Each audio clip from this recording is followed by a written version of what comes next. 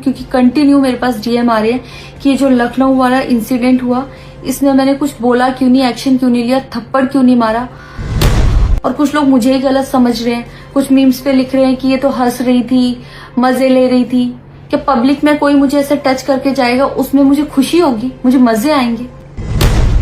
नाम, पैसा और फेम होने के बाद लोग पता नहीं अपने आप को क्या समझने लग जाते हैं। जी हाँ दोस्तों, कुछ ऐसा ही वाकया सामने आया है भोजपुरी इंडस्ट्री से, जिसमें पवन नाम के एक बहुत ही बड़े सुपरस्टार ने कुछ ऐसी हरकत कर दी जिससे पूरी भोजपुरी इंडस्ट्री शर्मसार हो गई है। जी हाँ दोस्तों, कुछ ऐसा ही वाकया सामने आया है जिसमें हमारे हरियाणा की एक होनहार कलाकार और हमारे हरियाणा की शान अंजलि राघव को उन्होंने अपने स्टेज प्रोग्राम में बुलाया और वहां पर कोई ऐसा प्रोग्राम था जिसके अंदर अंजलि राघव को अपनी प्रस्तुति दिखानी थी। तो वहीं पर पवन ने कुछ ऐसी जगह टच किया जिससे अंजलि राघव को बहुत ही ज्यादा शर्मिंदा होना पड़ा और उनको बहुत ही ज्यादा गिल्टी फील हुआ। जी हाँ दोस्तों, और उस बात के ऊपर अब विवाद मचा हुआ है। पवन के इस टच करने के ऊपर अंजलि राघव को अभी तक बहुत ही ज्यादा गुस्सा आया हुआ है। जी हाँ दोस्तों, वो अभी भी गिल्टी फील कर रही है और बता रही है कि अगर मैं उस स्टेज के ऊपर कुछ बोल देती या मैं कुछ उनको कह देती तो वहां पर सारे जो फैन फॉलोइंग थी वो सारी की सारी पवन की थी, और मैं अगर वहां पर कुछ भी कहती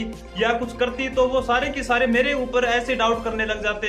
अब कई लोगों का कमेंट ऐसे आ रहे हैं कि आपको तो क्या मजे आ रहे थे ऐसे टच करवाने में, तो ये ऐसी बात नहीं है। आप ये वीडियो देखिए अंजलि राघव की और हमें कमेंट करके बताएं कि इसके अंदर किसकी गलती थी।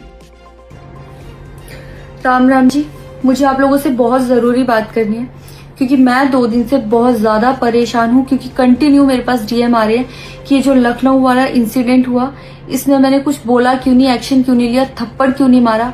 और कुछ लोग मुझे ही गलत समझ रहे हैं, कुछ मीम्स पे लिख रहे हैं कि ये तो हंस रही थी, मजे ले रही थी। कि पब्लिक में कोई मुझे ऐसे टच करके जाएगा उसमें मुझे खुशी होगी, मुझे मजे आएंगे। सारी बात ये थी कि जब इनका सॉन्ग के लिए मेरे पास कॉल आया तो मैंने सारी चीजें क्लियर कर ली थी कि इसमें ऐसा वैसा कॉस्ट्यूम तो नहीं है, कोई डबल मीनिंग लाइन तो नहीं है, और इसमें ऐसा वैसा सीन तो नहीं है। और मैं शूट पर गई, शूट पे सब कुछ नॉर्मल था, मुझे कोई प्रॉब्लम नहीं हुई। जब इन्होंने मुझे लखनऊ के इवेंट के लिए बोला तो मैंने हाँ बोल दिया, क्योंकि मुझे शूट पर भी कोई प्रॉब्लम नहीं हुई थी। और जब मैं लखनऊ में गई, मैं स्टेज पर थी, मैं पब्लिक से बात कर रही थी, पवन सिंह जी ने मुझे बोला कि इधर कुछ लगा हुआ है। उससे थोड़ी देर पहले ही मेरी ड्रेस वो न्यू थी, साड़ी में नीचे टैग लगा रह गया था, तो मेरे दिमाग में आया कि शायद ब्लाउज का भी टैग लटक रहा होगा। मैं हंसकर उस चीज को दबा रही थी कि अगर मेरा टैग लगा भी है तो वो चीज जिस टाइम मैं पब्लिक से माइक में बात कर रही हूँ उस टाइम ना बोल के साइड में भी बोली जा सकती है, इसलिए मैं उस चीज को उस टाइम पे दबा रही थी। मैंने हंस के टाला, अवॉइड किया और फिर दोबारा बात करने लगी।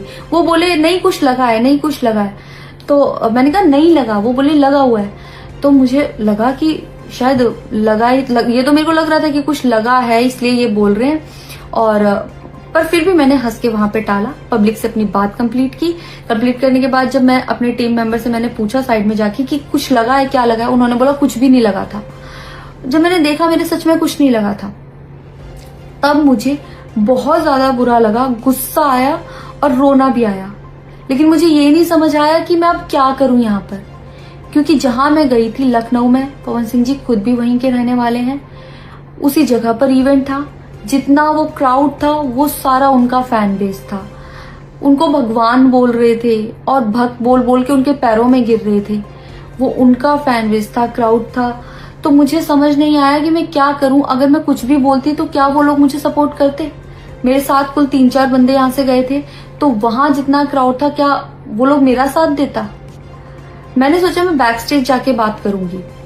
इतनी देर में थोड़ी देर तो देखा आप लोगों ने किस प्रकार से अंजलि राघव बता रही है कि अगर मैं वहां पर कुछ भी ऐसा बोल देती तो सारी की सारी पब्लिक और फैन फॉलोइंग सारी पवन की थी। तो क्या लगता है आपको इस चीज के अंदर किसकी गलती है? पवन राघव अपने हैसियत और अपने दबदबे का कुछ ज्यादा ही इस्तेमाल नहीं कर रहे हैं क्या आप? तो अब इस चीज में सारे के सारे अंजलि राघव की गलती निकालेंगे, कोई ये नहीं कहेगा कि वहां पर उसको टच पवन को करना गलत था या नहीं था। ये सारे के सारे कॉमेंट अब अंजलि राघव के खिलाफ बढ़ जाएंगे। लोग कहेंगे कि आपको मजा आ रहा था और आपने ऐसे टच करवाया, तो अब ये बेचारी वहां पर क्या बोल सकती थी। प्रोग्राम में जाने से पहले अंजलि राघव ने साफ साफ पवन से पूछ लिया था कि भी ऐसे छोटे कपड़े या कुछ ऐसा कोई शो नहीं होना नहीं चाहिए, मैं ऐसे शो नहीं करती हूँ।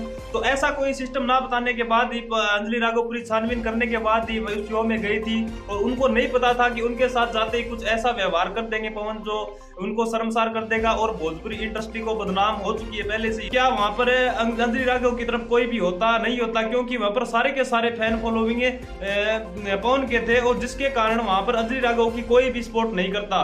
इसी के कारण अंजलि राघव वहां पर चुप खड़ी रही, चुप्पी साध कर और शर्मसार हो गई। अब ये भोजपुरी इंडस्ट्री की बहुत बड़ी बदनामी हो चुकी है। जी हाँ दोस्तों, अब आप हमें ये बताइए कि आप पवन की सपोर्ट में ज्यादा है या अंजलि राघव की सपोर्ट में, तो हमें कमेंट करके जरूर बताएं कि इस चीज के अंदर पवन की गलती थी भी या नहीं थी, या फिर अंजलि राघव भी